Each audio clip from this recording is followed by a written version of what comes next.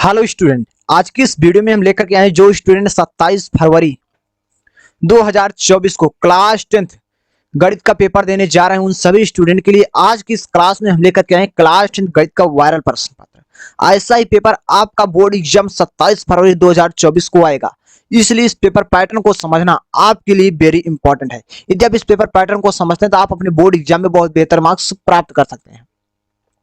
इस paper pattern को देख करके आप ये अंदाजा लगा सकते हैं कि आपकी बोर्ड एग्जाम में कितने आसान क्वेश्चन आते हैं और कितने कठिन क्वेश्चन पूछे जाते हैं और किस चैप्टर से कितने मार्क्स के क्वेश्चन पूछे जाते हैं। संपूर्ण जानकारी आपको इस वीडियो में मिल जाएगा। तो चलिए हम इस वीडियो को शुरू करते हैं। यदि आप चैनल पे नए हैं तो प्लीज चैनल को सब्सक्राइब करके बेल नोटिफिकेशन पर ऑल सेलेक्ट कर लीजिए, जिससे कि हर नई क्लास का नोटिफिकेशन आपको बिल्कुल समय समय पर मिलता रहे। तो आइए हम इस क्लास को शुरू करते हैं। जैसा कि आप जानते हैं कि आपको प्रत्येक सब्जेक्ट में जो आपको समय मिलता है 3 घंटे 15 मिनट मिलता है, ठीक। और जो आपका पूर्णांक होता है 70 मार्क्स का होता है और 30 मार्क्स आपको स्कूल से मिलता है, ठीक। तो आपको केवल इस 70 मार्क्स पर फोकस करना है, 30 मार्क्स आपको बहुत आराम से स्कूल से मिल जाएगा। यहाँ कुछ सामान्य निर्देश दिए गए, इस निर्देश को आपको अच्छे से पढ़ लेना जिससे कि आप बोर्ड एग्जाम में किसी प्रकार की कोई गलती ना करें।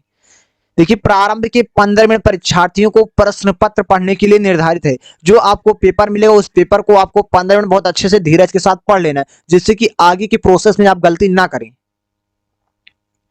यहाँ देखिए, आपको सामान्य निर्देश दिया गया है। सभी प्रश्न अनिवार्य, फर्स्ट स्टेप में आपको दिए गए सभी प्रश्न अनिवार्य। सेकंड स्टेप में आपको दिए इस प्रश्न पत्र के 2 खंड हैं। थर्ड स्टेप में आपको दिया खंड आ में 20 अंक के 20 प्रश्न बहुविकल्पी हैं जिसके उत्तर ओएमआर शीट पर दिए जा रहे हैं। आपके बोर्ड एग्जाम में जो है आपको खंड आ में 20 अंक के 20 बहुविकल्पी प्रश्न दिए जाएंगे जिसका उत्तर आपको ओएमआर शीट पर देना है। इसके लिए आपको पूरा पूरा 20 अंक मिल जाएगा।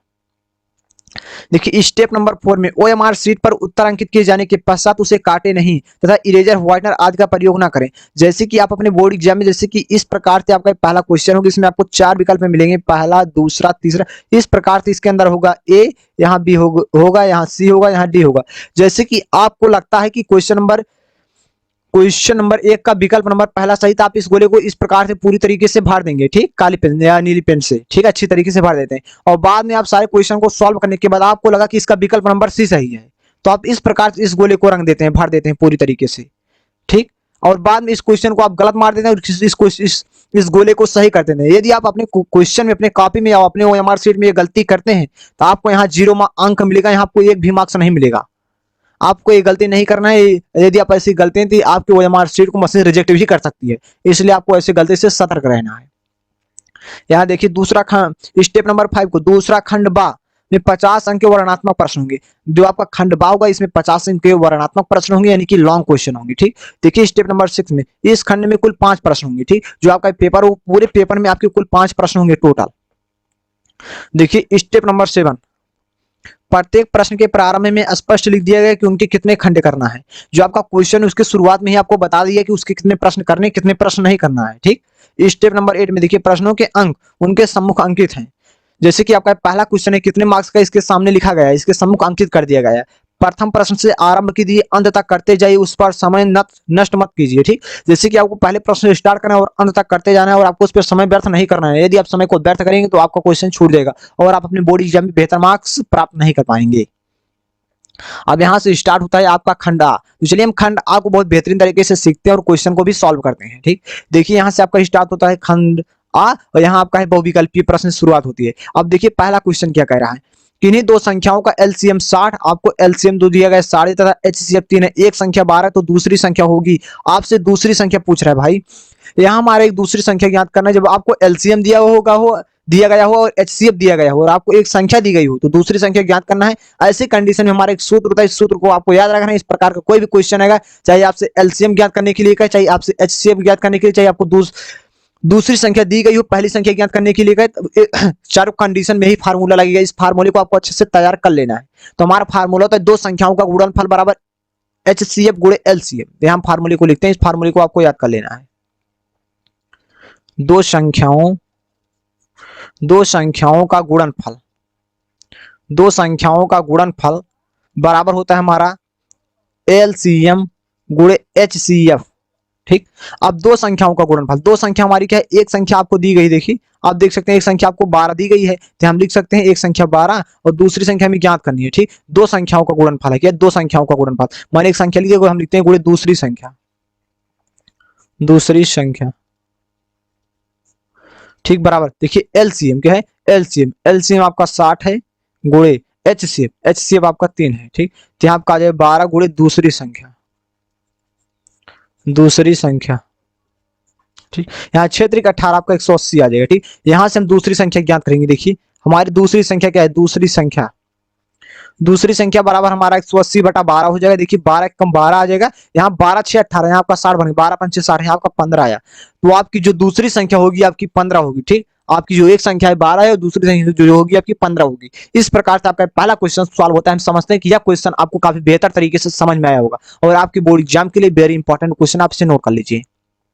चलिए हम आगे बढ़ते हैं। देखिए क्वेश्चन नंबर 2, एक शून्यात्तर परमेय संख्या। देखिए क्वेश्चन नंबर 2 क्या है, एक शून्यात्तर परमेय संख्या और एक अपरमेय संख्या का गुणनफल होता है। अब शून्यात्तर परमेय संख्या किसे कहते हैं, शून्यात्तर परमेय संख्या किसे कहते हैं, ऐसी संख्या जो शून्य ना हो, ऐसी संख्या जो शून्य ना हो, जैसे 2 3 4 5 7 8, ये सारी संख्या हमारी क्या होते हैं, शून्यात्तर परमेय संख्या होती है। ठीक, अब यहाँ 6 भी शून्यात्तर परमेय संख्या, 2 3 4 5 6 7, कोई भी सारी जो संख्या होती है हमारी शून्यात्तर परमेय संख्या। ऐसी संख्या जो शून्य ना हो, शून्य के अलावा कोई भी संख्या वो क्या होती है, शून्यात्तर परमेय संख्या। और एक अपरमेय संख्या, अब अपरमेय संख्या क्या होती है, जैसे कि √2 √3 √5 √7, ये हमारी जो होती है अपरमेय संख्या होती है। अब आपसे पूछा इन दोनों संख्या का गुणनफल क्या होगा, जैसे कि हम मान लेते हैं यहाँ से हम लेते हैं 3, हम 3 का गुणा कराते हैं √7 से, किसी भी कोई संख्या आप यहाँ से ले सकते हैं। जब इसका गुणा करें हमारा 3 √7 आ जाएगा। अब जो 3 √7 एक प्रकार की हमारी इसमें अंडर संख्या है, जिसमें अंडर संख्या होती है सदैव हमारी क्या होती है, अपरमेय संख्या। इसमें आपका पहला विकल्प सही हो जाएगा। ठीक, इसी प्रकार से आप यहाँ इसमें 4 से गुणा करा सकते हैं √3 में, तो यहाँ आपका 4 √3 आ जाएगा, ये भी एक प्रकार की अपरमेय संख्या। ठीक, तो सारी हमारा सदैव अपरमेय संख्या में प्राप्त होगा, इसलिए इसमें आपका पहला विकल्प सही है। तो हम बढ़ते हैं क्वेश्चन नंबर 3 की ओर। यदि आप चैनल को सब्सक्राइब नहीं करें, प्लीज चैनल को सब्सक्राइब माई, जिससे कि आपको बिल नोटिफिकेशन हर एक वीडियो का मिलता रहे। तो चलिए हम आगे बढ़ते हैं। यहां से आपका स्टार्ट होता है question number 3, very important question है, ध्यानपूर्वक समझिएगा। देखिए रेखा युग्म समीकरण x + 2y - 5 = 0 और 4x + 8y - 20 = 0 के हल होंगे। आपसे इसका हल पूछ रहा है, कौन सा हल होगा। अब इसका हल ज्ञात करने के लिए हम आपको 3 कंडीशन बता देना चाहते हैं। सबसे पहले आपको जो समीकरण दिया गया है इसके सामने आपको एक मान लेना है, इसकी तुलना आपको करना है a1x + b1y + c1 = 0 से। ठीक, इसकी तुलना आपको करना है a2x + b2y + c2 = 0 से। ठीक, इसकी तुलना करना है। आपको यहाँ आपको मिल जाएगा a1 का मान मिल जाएगा 1, देखिए a1 के स्थान पर इसमें 1 है। ठीक, और यहाँ आपको मिल जाएगा b1 का मान 2 और यहाँ आपको मिल जाएगा c1 का मान आपको मिल जाएगा यहाँ -5। इसी प्रकार से आपको a2 का मान मिल जाएगा 4 और उसके बाद b2 का मान मिल जाएगा 8 और c2 का मान मिल जाएगा -20। ठीक, अब यहाँ से पूछ रहा है कि केवल एक अद्वितीय हल है, अपरिमित रूप से अनेक हल है, कोई हल नहीं है, दो हल होंगे। अब देखिए इस कंडीशन को हमें समझने के लिए सबसे पहले आपको ध्यान समझना होगा, केवल अद्वितीय हल है। कब अद्वितीय हल होता है हम इसे समझते हैं, अपरिमित रूप से अनेक हल होते हैं। कब अपरिमित रूप से अनेक हल होते हैं, कोई हल नहीं है, कब होते हैं, कौन सी कंडीशन होती है, हम इस चीज को पहले समझते हैं। जब आपका आंसर यहाँ सबसे पहले देखिए a1 बटा a2 ज्ञात करेंगे। देखिए जब a1 बटा a2 हम ज्ञात करते हैं, यहाँ देखिए a1 का मान क्या है, a1 का मान 1 है, हम लिखते हैं 1 और a2 का मान 4 है, तो यहाँ आपका आ जाएगा 1/4। इसी प्रकार से हम ज्ञात करेंगे b1/b2, यहाँ b2 का मान है 2 और सॉरी b1 का मान है 2 और b2 का मान है 8। हम इसे सॉल्व करें तो हमारा 1/4 आ जाएगा। इसी प्रकार से हम ज्ञात करेंगे c1/c2 का मान। यहाँ देखिए c1 का मान है -5 और c2 का मान है -20, माइनस से माइनस कैंसिल, 5 × 5 5 × 20, 1/4 आया। ठीक, यहाँ देखिए a1 बटा a2 बराबर b1 बटा b2 बराबर c1 बटा c2, तीनों का मान बराबर है क्योंकि तीनों का मान 1/4 आया। हम आपको कंडीशन बताते हैं, कंडीशन के अनुसार आप पहचान सकते हैं। जब आपका आंसर a1 बटा a2 बराबर नहीं है b1 बटा b2 तो क्या होगा, अद्वितीय हल होगा। ठीक, जब इस प्रकार से मिलता, लेकिन इस कंडीशन को फॉलो नहीं कर रहा है। जब आपका मान a1 बटा a2 बराबर है b1 बटा b2 बराबर नहीं है c1 बटा c2 तो क्या होगा, कोई हल नहीं होगा, इस कंडीशन को फॉलो करेगा। जब a1 बटा a2 बराबर है b1 बटा b2 बराबर है c1 बटा c2। ठीक, यहाँ देखिए तीनों मान आपस में बराबर हैं। देखिए किसके बराबर है, 1/4 के बराबर है। इसका तीनों मान बराबर है, a1 बटा a2 बराबर b1 बटा b2 बराबर c1 बटा c2। इसका जो मान है 1/4 के बराबर है। जब बराबर होता है तो क्या होता है, हमारा अपरिमित रूप से अनेक हल होता है। ठीक, जब a1 बटा a2 बराबर नहीं b1 बटा b2, इस कंडीशन को फॉलो करता तो हमारा द्वितीय हल होता। जब इस कंडीशन को फॉलो करता तो ए विकल्प सही होता, लेकिन हमारा जो क्वेश्चन इस कंडीशन को फॉलो कर रहा है तो हमारा ए विकल्प सही होगा। ठीक, तो हम समझते हैं कि क्वेश्चन आपको काफी बेहतरीन तरीके से समझ में आया। यदि समझ में आए वीडियो को शेयर करिए। चलिए हम आगे बढ़ते हैं।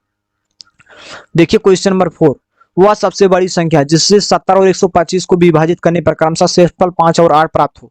देखिए आपसे पूछ रहा है वह सबसे बड़ी संख्या जिससे 70 को हम विभाजित करें और 125 को विभाजित करें तो हमें शेषफल 5 और 8 प्राप्त हो। तो सबसे पहले हम 13 से विभाजित करते हैं 70 को, उसके बाद 125 को विभाजित करेंगे और देखते हैं हमें शेषफल कितना प्राप्त हो। चलिए हम 13 से विभाजित करते हैं 70 को। 13 25 65, यहाँ आपका आ गया 65, घटाने के बाद यहाँ शेषफल आपका 5 है। ठीक, इसी प्रकार से हम 125 को यहाँ भाग देते हैं, 125 को हम भाग देंगे 13 से, 13 9 117, हम घटा देंगे 7, यहाँ हमारा घटाने के बाद 8 है शेषफल। यहाँ शेषफल हमें 8 प्राप्त हुआ। देखिए हम 13 से भाग देने पर हमें शेषफल 5 प्राप्त हुआ यहाँ और शेषफल 8 प्राप्त हुआ यहाँ। तो वह सबसे बड़ी संख्या जिसे 70 और 125 को विभाजित करने पर शेषफल क्रमशः 5 और 8 प्राप्त हुआ, वो संख्या जो हमारी है 13 है। ठीक, इसमें आपका पहला ऑप्शन राइट है। चलिए हम आगे बढ़ते हैं। देखिए क्वेश्चन नंबर 5 को समझते हैं। 3 के प्रथम 5 गुणाजों का योग पूछ रहा है। जैसे 3 का पहला गुणाज आपका होगा 3 गुणे 1, 3 का दूसरा गुणाज 3 गुणे 2, 3 का तीसरा गुणाज 3 गुणे 3, 3 का चौथा गुणाज 3 गुणे 4 हो जाए, 3 का पांचवा गुणाज 3 गुणे 5। देखिए अब इसका हम पहला गुणाज, दूसरा गुणाज, तीसरा गुणाज ज्ञात करते हैं। देखिए 3 एकम 3, 3 दूनी 6, 3 त्रिका 9, 3 चौक 12, 3 पच्चे 15। अब देखिए 3 के प्रथम 5 गुणाज हो गए, 3 के प्रथम 5 गुणाज है। अब इसका आपसे योग पूछ रहा है, मतलब इन सारी चीज को आपको जोड़ लेना है। यहाँ 3 प्लस 6 प्लस 9 प्लस आपको 12 कर देना है, उसके बाद प्लस आपको 15 कर देना है। ठीक, इन सारी चीज को आप जोड़ते हैं। देखिए 3 में 6 जोड़े 9, 9 18, 18 में 12 जोड़े 30, 30 में 15 जोड़े 45, हमारा 45। इसमें आपका विकल्प नंबर पहला राइट है। ठीक, चलिए हम आगे बढ़ते हैं। क्वेश्चन नंबर 6 को समझते हैं। हम समझते हैं कि आपको सारे क्वेश्चन काफी बेहतरीन तरीके से समझ में आ रहे हैं। यदि आपको किसी क्वेश्चन में किसी प्रकार का डाउट है तो आप कमेंट करके पूछिए, आपको उसका सॉल्यूशन जरूर मिलेगा। जो आपको डाउट आता है आपके अंदर, जो आप क्वेश्चन करते हैं, आपको उसका आंसर जरूर मिलेगा, आपको रिप्लाई जरूर मिलेगा। चलिए क्वेश्चन नंबर 6, द्विघात समीकरण 2x² - 4x + 3 = 0 के बारे में निम्न कथनों पर विचार कीजिए। तो जो हमारा समीकरण, इस समीकरण को, इस समीकरण की तुलना करेंगे ax² + bx + c = 0 से। हम इसकी तुलना करेंगे। ठीक, और यहाँ जब हम तुलना करेंगे तो हमें a का मान मिल जाएगा 2 और b का मान मिल जाएगा -4 और c का मान मिल जाएगा 3। ठीक, तो यहाँ हमारा देखिए आपसे पूछा दिए गए समीकरण का विविधीकरण 0 से कम है, तो सबसे पहले हमें इसका विविधीकरण ज्ञात करना है। तो डी बराबर हमारा एक फार्मूला होता है b² - 4ac। तो यहाँ देखिए विविधीकरण ज्ञात करते हैं। यहाँ b का मान क्या मिला, हमें -4 मिला, हम लिखेंगे -4 का होल वर्ग 4 गुणे a का मान आ गया है यहाँ का 2 गुणे c का मान आ गया है 3। यहाँ आपका d बराबर आ जाएगा 4 चौक 16 और उसके बाद 4 दूनी 8, 8 तक 24, यहाँ आपका आ जाएगा -24। यहाँ हम घटाएंगे तो d का मान आ जाएगा माइनस, यहाँ हम घटा देंगे, डी का मान हमारा जो आ जाएगा -8 आ जाएगा। ठीक, अब डी का मान जो है -8 है। तो यहाँ देखिए सबसे पहला ऑप्शन, दिए गए समीकरण के विविधीकरण 0 से कम है, बिल्कुल सही, आपका पहला ऑप्शन राइट है। देखिए दिए गए समीकरण का जो विविधीकरण 0 से कम है, क्योंकि इसका मान ऋणात्मक है। जैसे कि आपने पूर्णांकों को पढ़ा होगा, जैसे कि -1 -2 -3, उसके बाद यहाँ 0 होता है, उसके बाद 1 2 3 4, इस प्रकार से संख्याएं चलती हैं। तो जो हमारी माइनस की संख्या होती है 0 से छोटी होती है। ठीक, क्योंकि ऋणात्मक की ओर जाती है। ठीक है, धनात्मक की ओर जाती है, प्लस पॉइंट होता है। तो यहाँ देखिए जो -8 हमारा 0 से कम है। ठीक, समीकरण के कोई मूल वास्तविक नहीं, जो हमारा इस डी का मान है -8 है, यानी कि जो ऋणात्मक मान होते हैं हमेशा काल्पनिक मान होते हैं, यानी कि वास्तविक मान नहीं होते हैं। ठीक, इसलिए इसमें आपका ए और बी दोनों ऑप्शन राइट है। इसलिए समीकरण के विविधीकरण 0 है, ए ऑप्शन आपका गलत है, क्योंकि समीकरण के विविधीकरण 0 नहीं, इसका मान -8 है। ठीक, समीकरण के मूल वास्तविक नहीं, इसका मूल वास्तविक नहीं, इसका मूल काल्पनिक है, क्योंकि इसका मान -8 है। ठीक, तो यहाँ निम्नलिखित में से सही उत्तर का चयन कीजिए। यहाँ आपको नीचे ऑप्शन दिया गया है, इसमें आपका ए और बी दोनों राइट है। ए आपका समीकरण के मूल जो है वास्तविक नहीं काल्पनिक है, क्योंकि ऋणात्मक मान है। इसमें आपका पहला और दूसरा ऑप्शन सही है, यानी कि ए और बी सही होगा। ठीक, इसमें ए और बी सही होगा। देखिए हम बढ़ते हैं क्वेश्चन नंबर 7 की ओर। देखिए क्वेश्चन नंबर 7, ए ओ बी सी एक आयत है जिसके 3 शीर्ष ए 03 ओ 03 बी 50, इसका विकर्ण। अब आपसे इसका विकर्ण पूछ रहा है। विकर्ण ज्ञात करने के लिए बहुत ही सिंपल क्वेश्चन, सिर्फ आपको अंदर कॉन्फिडेंस होना चाहिए, इससे क्वेश्चन का बेहतरीन तरीके से प्रैक्टिस होना चाहिए, जिससे कि आपको क्वेश्चन को देखने के बाद ही आप तुरंत अंदाजा लगा सके इस क्वेश्चन को हमको किस प्रकार से सॉल्व करना है। तो सबसे पहले आपको एक आयत बना लेना है इस क्वेश्चन को सॉल्व करने के लिए। इस आयत को बनाना है ए ओ बी सी। ठीक, अब इसका विकर्ण जो होगा आपका ए बी हो जाएगा, इसका विकर्ण आपका हो जाएगा ए बी हो जाएगा। यहाँ देखिए आपको ए के निर्देशांक दिए गए हैं 03 और जो ओ के निर्देशांक आपको दिए गए हैं 03 और बी के निर्देशांक आपको दिए गए हैं 50। हम इसकी तुलना करेंगे x1 y1 से और इसकी तुलना करेंगे हम देखिए ये हमारा दो बिंदु है, आपसे विकर्ण की लंबाई पूछ रहा है, बिंदु ए से बिंदु बी के बीच की दूरी पूछ रहा है, तो हमें दो बिंदु, इन दोनों बिंदु के बीच की दूरी, इन दोनों बिंदु के बीच की दूरी ज्ञात करना है। तो दूरी को हम लिखते हैं डी से। डी इक्वल टू हमारा फार्मूला होता है, डी बराबर हमारा फार्मूला तो है अंडर रूट के अंदर x2 माइनस x1 का whole square plus y2 minus y1 का होल स्क्वायर। ठीक, तो हमारा डी इक्वल टू आ जाएगा, ठीक, यहाँ आप देख सकते हैं, ध्यानपूर्वक देखिएगा, हम इसकी तुलना करेंगे x2 और y2 से। ठीक, तो यहाँ में देखिए मिल जाएगा x2 का मान मिलेगा 5 और x1 का मान मिलेगा 0, यहाँ से x1 का मान मिल जाएगा 0, इसका होल वर्ग प्लस यहाँ आपका y2 है, y2 आपका क्या है, y2 आपका 0 है माइनस y1 3 है। ठीक, यहाँ हम जब घटाएंगे तो हमें मिल जाएगा डी का मान, यहाँ से देखिए घटाने के बाद यहाँ आ जाएगा 5 का वर्ग, उसके बाद यहाँ 3 माइनस 3 का वर्ग, तो यहाँ 3 त्रिक 25 आ जाएगा, यहाँ 3 त्रिक 9 ही आएगा, अंडर रूट 34 आपका आएगा जोड़ने के बाद। इसमें आपका विकल्प नंबर तीसरा राइट हो जाएगा, अंडर रूट 34 आपका सही होगा। देखिए हम क्वेश्चन नंबर 8 को समझते हैं। क्वेश्चन नंबर 8 आपकी बोर्ड एग्जाम के लिए वेरी इंपॉर्टेंट है। इस मॉडल पेपर में जो क्वेश्चन दिए गए वायरल क्वेश्चन है, सारे इंपॉर्टेंट क्वेश्चन है, रिपीटेड क्वेश्चन है। यदि समीकरण एक्स स्क्वायर प्लस के एक्स माइनस 5/4 बराबर 0 का एक मूल 1/2 है तो के का मान है। आपसे के का मान पूछ रहा है, तो के का मान ज्ञात करें। एक मूल आपको दिया गया, यानी कि एक्स का एक मान आपको दिया गया, एक्स बराबर आपको 1/2 दिया गया है, आपसे के का मान पूछ रहा है, तो यहाँ आपको एक्स के स्थान पर 1/2 रख देना, तो यहाँ आपका आ जाएगा, इसमें हम रखते हैं एक्स के स्थान पर 1/2, तो यहाँ इसका वर्ग हो जाएगा। तो यहाँ देखिए एक्स है, एक्स के यहाँ के को हम इसी प्रकार से लिखेंगे, उसके बाद यहाँ एक्स है, एक्स के स्थान पर हम 1/2 रखेंगे, माइनस 5/4 बराबर 0 आपका आ जाएगा। ठीक, तो यहाँ आपका आ जाएगा 1/4, यहाँ आपका आ जाएगा k/2, उसके बाद माइनस 5/4 बराबर 0। हम देखिए इस इक्वेशन को सॉल्व करने के लिए देखिए जो k/2 हम यहाँ रोक लेते हैं, आपको k/2 इस प्रकार से रहेगा। देखिए इस साइड माइनस 5/4 माइनस 5/4 को हम बराबर के इस साइड में हमारा 5/4 हो जाएगा। देखिए इस साइड प्लस है, बराबर के इस साइड माइनस 1/4 हो जाएगा। अब देखिए हम यहाँ इसे घटाते हैं तो यहाँ आ जाएगा k/2, यहाँ देखिए हर समान है, यहाँ भी 4 यहाँ भी 4, तो आपका इसका लासा जो है 4 ही है, यहाँ 5 है, 5 माइनस 1 आपका आ जाएगा। ठीक, तो यहाँ k/2 आ जाएगा, हम घटा देंगे 4/4 आ जाएगा, 4 से 4 कैंसिल, 1/1 आ जाएगा। ठीक, तो यहाँ देख सकते हैं 1/1 आया। अब 1/1 आए, k/2 इक्वल टू 1/1, इसका हम इसमें गुणा कराएंगे, इसका इसमें गुणा कराएंगे, यानी कि यहाँ पर 1 से हम k में गुणा करें तो हमारा k ही आएगा, 2 से हम 1 में गुणा करें तो हमारा 2 ही आएगा, यानी कि k का मान हमें 2 मिल गया। इसमें आपका पहला ऑप्शन राइट है, इसमें आपका पहला ऑप्शन राइट है। वेरी इंपॉर्टेंट क्वेश्चन, हम समझते हैं कि सारे क्वेश्चन आपको काफी बेहतरीन तरीके से समझ में आ रहा होगा। यदि आपको किसी भी क्वेश्चन में दिक्कत है तो आप कमेंट करके जरूर बताइए, हम आपको रिप्लाई जरूर देंगे। आपको कहाँ समस्या है, यदि आपको मैथ से डर लगता है तो आप कमेंट करिए, हम आपको एकदम बिल्कुल बेसिक से सिखाएंगे, जिससे कि हर एक कॉन्सेप्ट आपका क्लियर हो जाए, आज के बाद आपका मैथ का डर खत्म हो जाए। हम जब बेसिक क्लास लेंगे ना, आपको एकदम निचोड़ एकदम जीरो से सिखा देंगे। यदि आपको जोड़ घटा गुणा भाग कुछ भी नहीं आता है तो आप कमेंट करके जरूर बताइए, यदि आपको ऐसी प्रॉब्लम है तो। देखिए क्वेश्चन नंबर 9, दो त्रिभुज समरूप होते हैं यदि इनके संगत कोण बराबर होते हैं। देखिए पहले दो त्रिभुज समरूप कब होते हैं, जब उसके संगत कोण बराबर होते हैं और उसकी संगत भुजाएं एक ही अनुपात में होती हैं। जैसे कि आपका हम मान लेते हैं ये आपका एक त्रिभुज है,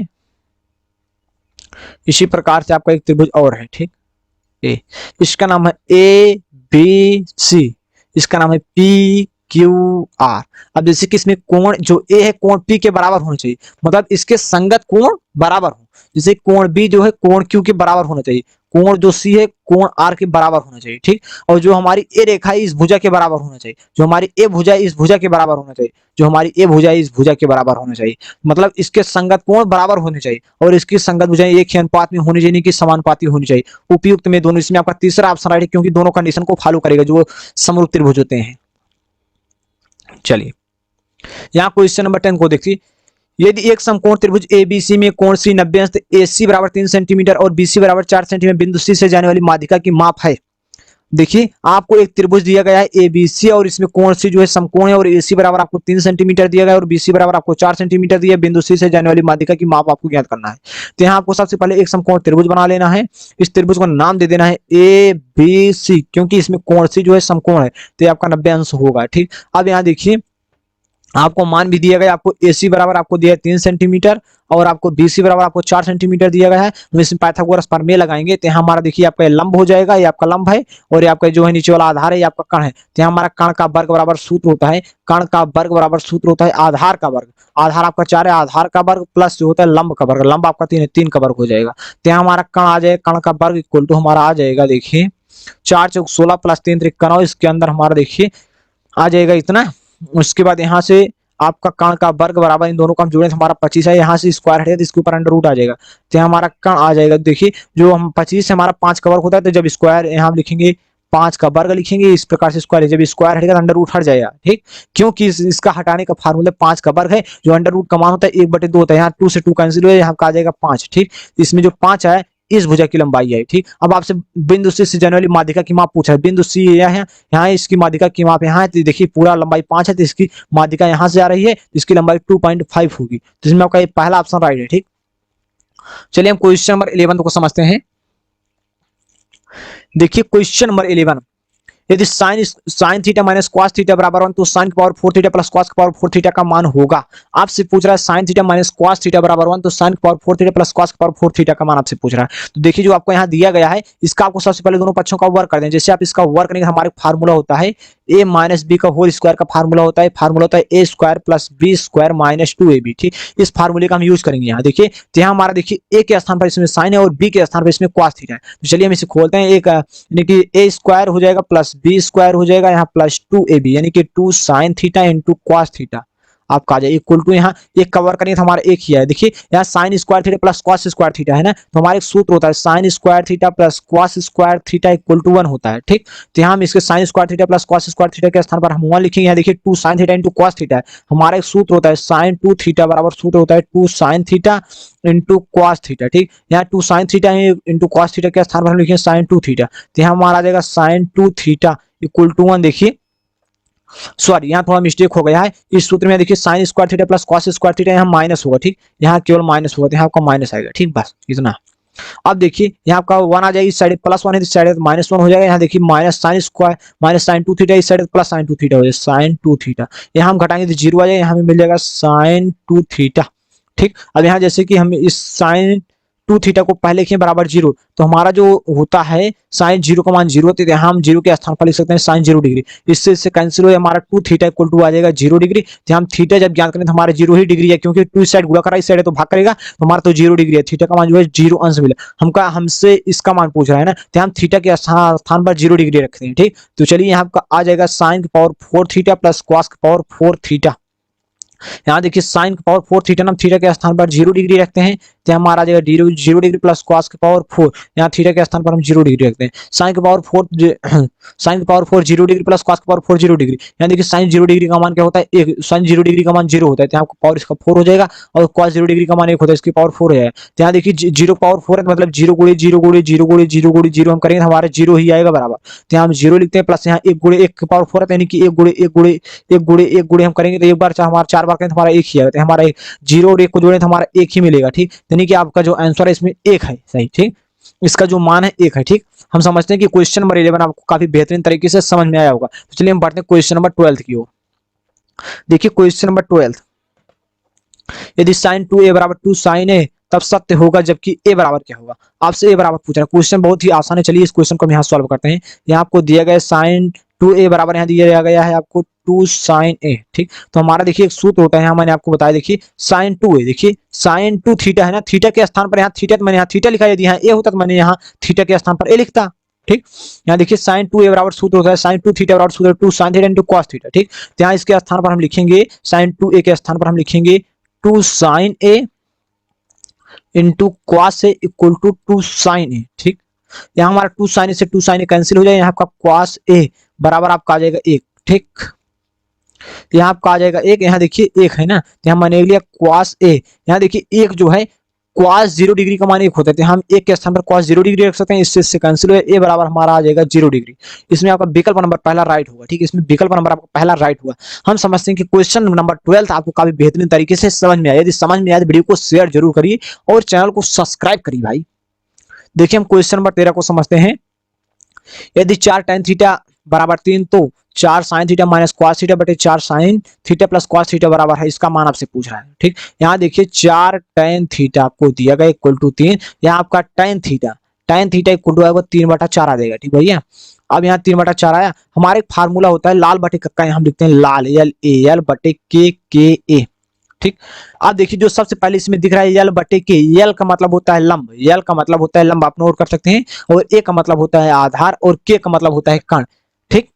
तो यहाँ देखते हैं, सबसे देखिए जो सबसे पहले होता है साइन के लिए होता है, जो बीच में होता है कॉस के लिए होता है, जो लास्ट में होता है tan के लिए होता है। जो सबसे पहले होता है साइन के लिए होता है, जो बीच में होता है कॉस के लिए होता है, जो लास्ट में होता है tan के लिए होता है। लास्ट में क्या है, यल ए है ना, यल बटे ए है, तो यहाँ लिखेंगे यल बटे ए, यानी कि एल का मतलब लंब, ए का मतलब आधार। तो चलिए हम एक समकोण त्रिभुज यहाँ बनाते हैं, इसका नाम देते हैं ए बी सी। ठीक, यहाँ देखिए जो हमारा tan बराबर लंब आपका 3 है और उसके बाद हमारा आधार 4 है। जब हम इसे कर्ण ज्ञात करेंगे तो हमारा कर्ण जो है 5 आएगा पाइथागोरस प्रमेय से। आप ज्ञात कर सकते हैं, हमारा पाइथागोरस प्रमेय का सूत्र होता है कर्ण का वर्ग, क्या होता है, कर्ण का वर्ग बराबर जो होता है, कर्ण का वर्ग बराबर आधार का वर्ग, आधार आपका 4 है, हम इसका वर्ग करेंगे प्लस जो है लंब का वर्ग, लंब हमारा 3 है, 3 का वर्ग करेंगे तो यहाँ हमारा 4 चौक 16 प्लस 3 त्रिक 9 आ जाएगा। यहाँ देखिए हमारा कर्ण के ऊपर वर्ग है ना, तो स्क्वायर हटेगा तो इसके ऊपर अंडर रूट आ जाएगा। ठीक, तो हमारा कर्ण बराबर आ जाएगा, यहाँ इन दोनों को जोड़ेंगे तो 25 आ जाएगा, 25 अंडर रूट के अंदर, तो यहाँ आपका कर्ण बराबर आ जाएगा। देखिए 25 को हम लिख सकते हैं 5 का वर्ग। ठीक, अंडर रूट, जब यहाँ से स्क्वायर हटेगा तो अंडर रूट हट जाएगा, तो यहाँ आपका कर्ण बराबर जो है 5 ही आएगा। ठीक, तो यहाँ मैंने कर्ण 5 लिख दिया है। अब हमें ज्ञात करना है, देखिए अब हम इस चीज को यहाँ सॉल्व करते हैं। देखिए हमें इसका मान 5 मिल गया, तो सबसे पहले हम साइन थीटा ज्ञात कर लेते हैं। साइन थीटा का मान क्या होगा, साइन थीटा, साइन थीटा बराबर क्या होता है, एल बटे क्या होता है, एल का मतलब लंब, के का मतलब कर्ण, तो यानी कि लंब आपका 3 है और कर्ण 5 है, यानी कि 3/5 आ जाएगा साइन थीटा का मान। इसी प्रकार से हम cos थीटा का मान कहते हैं, cos थीटा बराबर वो होता है आपका आधार बटा कर्ण, आपका आधार 4 है और कर्ण आपका जो है 5 है। चलिए हम इसका मान ज्ञात कर लेते हैं। हम इसका मान ज्ञात करने के लिए हम लिखेंगे 4, और देखिए साइन थीटा, साइन थीटा का मान जो हमारा 3/5 है, ये गुणा हो रहा है। ठीक, उसके बाद माइनस यहाँ देखिए cos थीटा, cos थीटा का मान 4/5, उसके बाद बटा पूरे का। ठीक, यहाँ 4 गुणे आपका साइन थीटा है, देखिए यहाँ साइन थीटा है, साइन थीटा का मान जो है हमें गुणे 3/5 है। ठीक, उसके बाद प्लस cos थीटा है, cos थीटा का मान 4/5 है। तो यहाँ देखिए दोनों का आपस में हम गुणा कराएंगे, देख सकते हैं 4 3 12 आपका यहाँ मैंने लीजिए 12/5 माइनस 4/5, उसके बाद पूरे का बटा यहाँ 4 3 12 आ जाएगा, 12/5 प्लस 4/5। ठीक, हम इसे सॉल्व करें तो यहाँ हमारा 5 आ जाएगा। यहाँ 12 में से देखिए यहाँ आपका 12 माइनस 4 हो जाएगा, बटे यहाँ आपका 12 4 16 आ जाएगा, 16/5, 5 से 5 कैंसिल, यहाँ घटा देंगे आपका 8 आ जाएगा, 8 बटा यहाँ यहाँ देखिए आपका 8/1 आ जाएगा। उसके बाद यहाँ आपका आ जाएगा 16, देखिए यहाँ मैंने 16 लिखा है, यहाँ आपका 16/1 है, इसे हम घुमा देंगे हमारा 8/1 हो जाएगा गुणे 1/16, तो यहाँ 8 एक कम 8 हो जाएगा, 8 दूनी 16, यहाँ 2 आ जाएगा। तो यहाँ 1 आए, 1 का गुण हम 1 में करेंगे हमारा 1 ही आएगा, 1 का गुण हम 2 में करेंगे हमारा 2, यानी कि 1/2 आया, 1/2, इसमें आपका विकल्प नंबर तीसरा राइट है। ठीक, चलिए हम क्वेश्चन नंबर 12 को सॉल्व कर 14 को सॉल्व करते हैं। देखिए सेक ए प्लस tan ए, दूसरे ब्रैकेट में दिया 1 माइनस साइन ए का मान आपसे पूछ रहा है। देखिए सेक ए को हम लिख सकते हैं 1/cos ए, क्योंकि सेक ए बराबर होता है हमारा 1/cos ए। उसके बाद tan ए को हम लिख सकते हैं साइन ए बटा cos ए। ठीक, और यहाँ ब्रैकेट के अंदर लिख सकते हैं 1 माइनस साइन ए। ठीक, और उसके बाद देखिए यहाँ आपका आ जाएगा 1 प्लस साइन ए बटा cos ए। उसके बाद यहाँ आपका आ जाएगा 1 माइनस साइन ए। अब देखिए एक ब्रैकेट में 1 प्लस साइन है, दूसरे ब्रैकेट में 1 माइनस साइन ए है, तो हमारा एक सूत्र होता है ए स्क्वायर। देखिए हमारा एक सूत्र होता है, हम यहाँ सूत्र को लिख देते हैं, सूत्र को हम यहाँ लिख देते हैं ए स्क्वायर माइनस बी स्क्वायर का हमारा सूत्र होता है, एक ब्रैकेट में ए प्लस बी और एक ब्रैकेट में जो होता है ए माइनस बी, बगल यहाँ होगा। ठीक, अब यहाँ देखिए इसके अनुसार हम लिख सकते हैं, देखिए हमारा जो कंडीशन है एक ब्रैकेट में 1 प्लस साइन है, दूसरे ब्रैकेट में 1 माइनस साइन है। ठीक, एक ब्रैकेट में 1 प्लस साइन है, दूसरे ब्रैकेट में 1 माइनस साइन है, तो एक ब्रैकेट में यहाँ ए प्लस बी, दूसरे ब्रैकेट में माइनस बी, हम इसको इस रूप में लिख सकते हैं। ठीक, तो यहाँ हमारा आ जाएगा 1 का स्क्वायर, उसके बाद माइनस साइन का स्क्वायर। अब देखिए यहाँ बटे आपका cos ए आ जाएगा, देखिए 1 माइनस यहाँ देखिए 1 का स्क्वायर हम करेंगे तो 1 ही आएगा, तो यहाँ 1 माइनस साइन स्क्वायर ए है, तो 1 माइनस साइन स्क्वायर ए बराबर हमारा सूत्र होता है cos स्क्वायर, तो हमारा cos square A by cos ए आ जाएगा, cos से cos कैंसिल, यहाँ आपका cos ए आ जाएगा। इसमें आपका जो विकल्प नंबर है तीसरा सही है, cos ए। ठीक, हम समझते हैं कि क्वेश्चन नंबर 14 आपको काफी बेहतर तरीके से समझ में आया। यदि समझ में आया वीडियो को शेयर करिए, वीडियो को लाइक करिए, चैनल को सब्सक्राइब करके दोस्तों के पास फैला दीजिए इस वीडियो को। अब यहाँ देखिए क्वेश्चन नंबर 15 को, क्वेश्चन नंबर 15, यदि त्रिज्या 7 सेंटीमीटर वाले एक वृत्त के एक त्रिज्या खंड का कोण 60 अंश है, तो त्रिज्या खंड का क्षेत्रफल ज्ञात कर सकते हैं। यदि आपको फार्मूला याद है आप बहुत ही आसानी त्रिज्या खंड का क्षेत्रफल ज्ञात कर सकते हैं। तो आपको इसका आंसर कमेंट बॉक्स में बताना है, आप इस क्वेश्चन का कौन सा विकल्प राइट है, जिससे कि हम पहचान पाए कि आप इस क्वेश्चन को सॉल्व कर पाए या नहीं सॉल्व कर पाए। आपकी तैयारी कितनी भी, आप पेपर देने जा रहे हैं 27 फरवरी को ना, आपके पास 1-2 दिन का मौका है, समय है, तो मेहनत करिए। इसका आंसर आपको कमेंट बॉक्स में जरूर बताना। यदि आपको नहीं आता है तो भी बताइए, हम इस क्वेश्चन को सॉल्व करा देंगे। देखिए क्वेश्चन नंबर 16, एक सुराही निम्नलिखित का संयोजन है, एक सुराही निम्नलिखित का संयोजन है, एक गोला एक बेलन। देखिए हमारा एक सुराही जो होता है इस प्रकार से होता है। ठीक, इस प्रकार से होता है, इसमें एक गोला होता है और ऊपर क्या होता है, एक बेलन होता है, तो एक गोला और एक बेलन, इसमें आपका विकल्प नंबर जो है क्वेश्चन नंबर 16 का पहला ऑप्शन राइट हो जाएगा। अब देखिए क्वेश्चन नंबर 17 को हम समझते हैं। 1 से 10 तक की धनात्मक विषम संख्याओं का माध्य। 1 से 10 तक की धनात्मक विषम संख्याओं का माध्य। अब 1 से 10 तक की धनात्मक विषम संख्या को पकड़ते हैं। जैसे एक हमारा क्या है, विषम है। चलिए एक को लेते हैं। एक के बाद 3 प्लस 5 प्लस 7 प्लस 9, ठीक। और उसके बाद देखिए, उसके बाद 5 संख्या है, ठीक। इसका माध्य पूछ रहा है, तो हमारा देखिए 5 संख्या टोटल यही हमारी है। तो हमारा माध्य बराबर सूत्र होता है, माध्य बराबर सूत्र होता है कुल पदों का योग। क्या है? कुल पदों का योग। कुल पदों का योग बटे कुल पदों की संख्या। कुल पदों की संख्या। अब कुल पदों का योग, जैसे कुल पद हमारे 1 है, 3 है, 5 है, 7 है, इसका योग, इसे हम जोड़ें। देखिए एक में हम 3 जोड़े 4 हो जाएगा, 4 में 5 जोड़े 9 हो जाएगा। उसके बाद 9 में हम 7 जोड़ेंगे तो हमारा 16 हो जाएगा। 16 में 5 9 जोड़ेंगे तो हमारा हो जाएगा 25। अब देखिए कुल पदों का योग, देखिए कुल पदों का योग बटे कुल पदों की संख्या। कुल कितनी संख्या है? 1 2 3 4 5, टोटल 5 संख्या यहाँ बटा 5 5 25, यहाँ आपका 5 है। इसमें आपका विकल्प नंबर 4 ऑप्शन राइट है। तो हम समझते हैं कि क्वेश्चन आपको काफी बेहतरीन तरीके से समझ में आया होगा। देखिए क्वेश्चन नंबर 18, आंकड़ों 13 15 16 17 19 20 की माध्यिका होगी। आपसे इसका माध्यिका पूछा है, तो इसमें देखिए टोटल कितनी संख्या है? 1 1 2 2 4 2 6 संख्या है। यानी कि आपको यहाँ n की वैल्यू 6 मिल रही है। जो 6 मिल रहा है, n का मान जो है 6 जो है सम है। तो यहाँ सम के लिए माध्यिका का फार्मूला लगेगा। माध्यिका को हम लिख, चलिए माध्यिका ज्ञात करते हैं। इसका माध्यिका, माध्यिका बराबर होता है हमारा n/2 वह पद प्लस उसके बाद n, देखिए n/2 प्लस वह पद बटा यहाँ का आ जाएगा 2।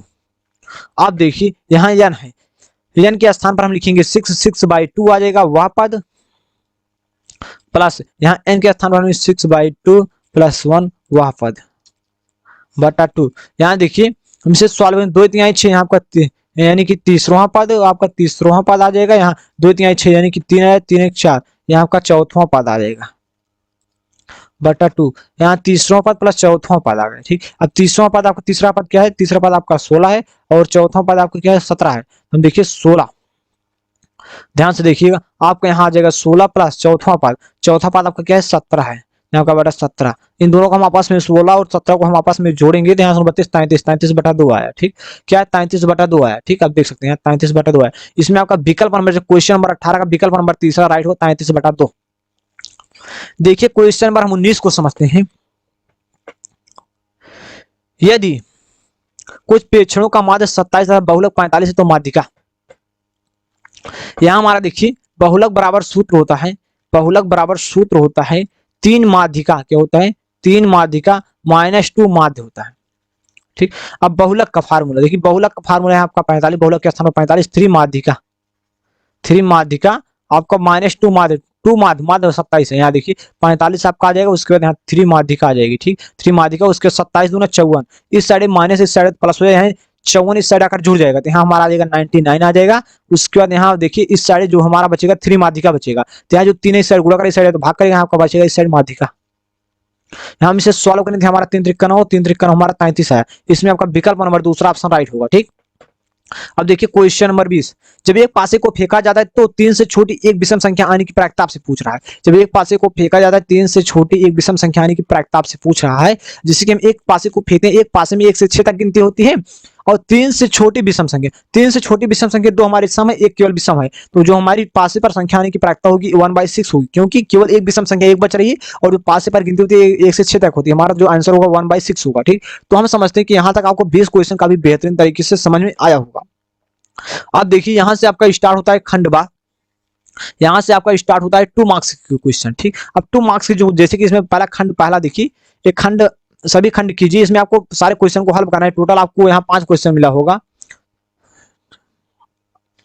देखिए टोटल आपको 3 2 5 क्वेश्चन मिल रहा है आपको। बहुविकल्पी क्वेश्चन से 5 क्वेश्चन है, टोटल 5 गुणे 2 यानी कि टोटल आपको 10 मार्क्स मिलेंगे, ठीक। टोटल 6 क्वेश्चन है, 3 3 6 क्वेश्चन है। यहाँ से आपको 12 मार्क्स मिल जाएगा, बहुविकल्पी क्वेश्चन से 20 मार्क्स, टोटल आपका 32 मार्क्स यहाँ तक कंप्लीट। सारे क्वेश्चन को हम सॉल्व कराएंगे एकदम स्लाइड के माध्यम से, यहाँ क्योंकि स्पेस कम है, ठीक। और उसके बाद यहाँ से आपका स्टार्ट होते हैं सारे question, very important repeated question है, ठीक। यहाँ 4 मार्क्स के क्वेश्चन, आपको 5 क्वेश्चन सॉल्व करना है, 5 क्वेश्चन सॉल्व करना है, एक क्वेश्चन 4 मार्क्स है। यहाँ से आपको 20 मार्क्स मिले, ऊपर मैंने 32 मार्क्स को भी बताया आपको। टोटल यहाँ आपका हो जाएगा 52 मार्क्स, अब यहाँ देख सकते हैं आगे, अब 6 मार्क्स के आपको 3 क्वेश्चन करना है। देखिए यहाँ से आपका 6 मार्क्स का क्वेश्चन है, यहाँ आपको अथवा का ऑप्शन मिला, दोनों में से आपको एक ही करना है। चौथे का यहाँ आपको अथवा का ऑप्शन मिल रहा है, यहाँ दोनों में से आपको एक ही करना है। ठीक, यहाँ देखिए पांचों में आपको अथवा का ऑप्शन में 3 क्वेश्चन है और 6 मार्क्स यानी कि 18 मार्क्स, ऊपर आपका 52 मार्क्स 52 है, उसके प्लस 18 यानी कि 70 मार्क्स आपका कंप्लीट होगा इस प्रकार से। अब जो लॉन्ग क्वेश्चन है, इससे सारे क्वेश्चन को सॉल्व करेंगे स्लाइड के माध्यम से, जिससे कि वहां काफी स्पेस मिल सके, आप काफी बेहतरीन तरीके से समझ पाओ सारे क्वेश्चन को। तो हम समझते हैं कि आज का यह क्लास आपको काफी बेहतरीन तरीके से समझ में आया होगा। यदि आपको वीडियो अच्छा लगा तो वीडियो को लाइक करिए, चैनल पे नए तो सब्सक्राइब करिए और इस वीडियो को शेयर करिए अपने दोस्तों के पास। बस मिलते हैं नेक्स्ट क्लास में, तब तक के लिए जय हिंद जय भारत।